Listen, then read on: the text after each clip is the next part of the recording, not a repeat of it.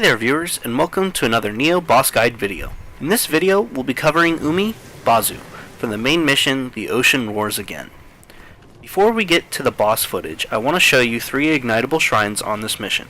I don't believe that you actually need to light all 3 of the shrines to begin the boss fight, however, it is extremely useful, as each shrine will grant access to a bonfire in which the player can buff their weapon for an extended duration compared to using a fire talisman. And to my viewers out there, I know I've said it before, but I just wanted to say it again.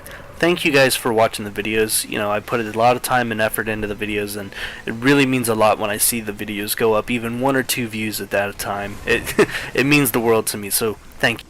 And to any new viewers, hey, thanks for joining us. I hope that you guys are having an awesome time in our excellent adventure with Nioh. I know that I'm having a great time. Very, very, very familiar to the Souls series, and I think I'll be sticking with it for the long haul. And as a kind of a side note, if there's any other games that you guys are interested in watching me play, or would like to see footage from, or collectible guides on, you know, go ahead and send me a message. I'd love to take a look into them. I pick up almost all the new titles. I had a great time platinuming Resident Evil 7 last week, so truly, seriously, if there's any games that you guys would like to see me see, just leave me a comment about it, and I definitely would like to check it out. Alright, so getting back to Nioh, as we light this final shrine, you'll notice off in the back distance, kind of to the right side of the camera, a fire will ignite. That's actually on the boss's playing field, so when you get to said boss fight, if you've activated all 3 of these shrines, you'll again be able to use these bonfires to buff your weapon with fire damage for increased damage against the boss. So I definitely would recommend this strategy, as it only took me maybe 5 to 10 minutes to get to them. And as a bit of a bonus, I don't normally show my first attempt footage, and that's for good reason. But this first scene was so amazing, I had to keep it in the final cut of this video, so I hope you enjoyed as much as I did.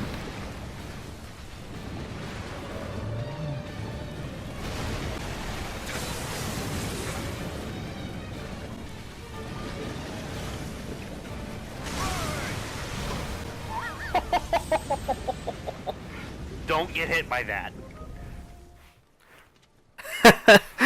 Alright, well, I hope you guys enjoyed that. I know I certainly wasn't expecting it, and I thought it made for great footage. And now that that's out of the way, let's discuss the reason that you clicked on this video. So this boss fight has 2 phases. The second will begin after Umi's health pool is reduced to about 50%.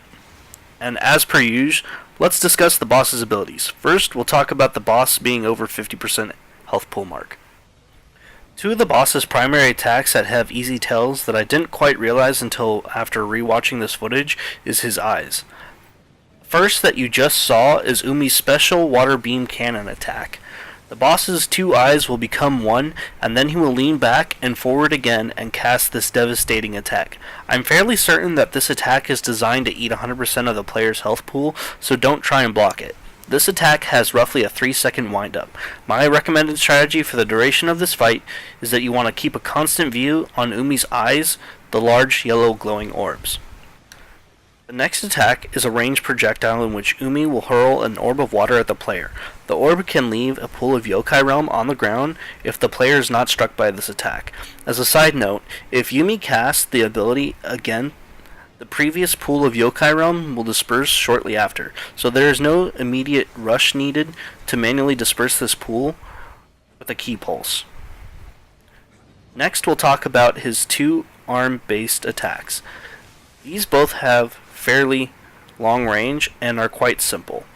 The single arm slam has a shorter windup, but a simple dash left or right should put you out of harm's way. As for his dual arm slam, this ability does track and has a much longer windup. For me, simply standing in the middle of Umi's body was enough to avoid this attack altogether. Now about Phase 2. At 50%, Umi will come out of the water and land directly in the middle of the playing field. Umi will continue to occasionally cast water orbs at the player, but other than that, the phase will yield all new abilities. One minor note to add is that Umi will summon occasional water-based minions to assist him in this fight. I found the easiest way to deal with these were by throwing explosive bombs at the adds while watching Umi's movement. For his other abilities, 1. He will stretch his body vertically and then slam his body down towards the player. This ability will track the player, so you're going to have to charge and time your dodge appropriately. If the player isn't struck by this attack, you'll be able to sprint towards his exposed yellow eye and land a few critical strikes. The next is his lunge attack. This will occur when the player is at medium to far range. A well-timed roll will allow you to avoid this attack altogether. And finally is his two-part jump attack. Umi will jump in place and then flatten himself out, sort of like a pancake. If the player isn't hit by this, you can land 2 to 3 quick attacks before Umi will activate the second part of this attack, in which he will stand back up from his flattened state, hurling the player into the air if you're close enough range. If the player can also avoid the second part of the attack, Umi's yellow eye will be exposed again, and you can attack this for a short amount of time. Now that wraps it up for abilities, and here's a few quick strategies. If you activated all 3 shrines earlier, it's highly recommended that you buff your weapon each time the boss moves, transitions, or loses 1/3 of his total HP.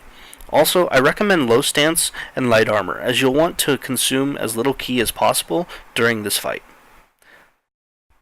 Again folks, if you dig the video, please be sure to leave me a thumbs up and subscribe to my channel as well, as it really does help me out. And as always, stay saucy.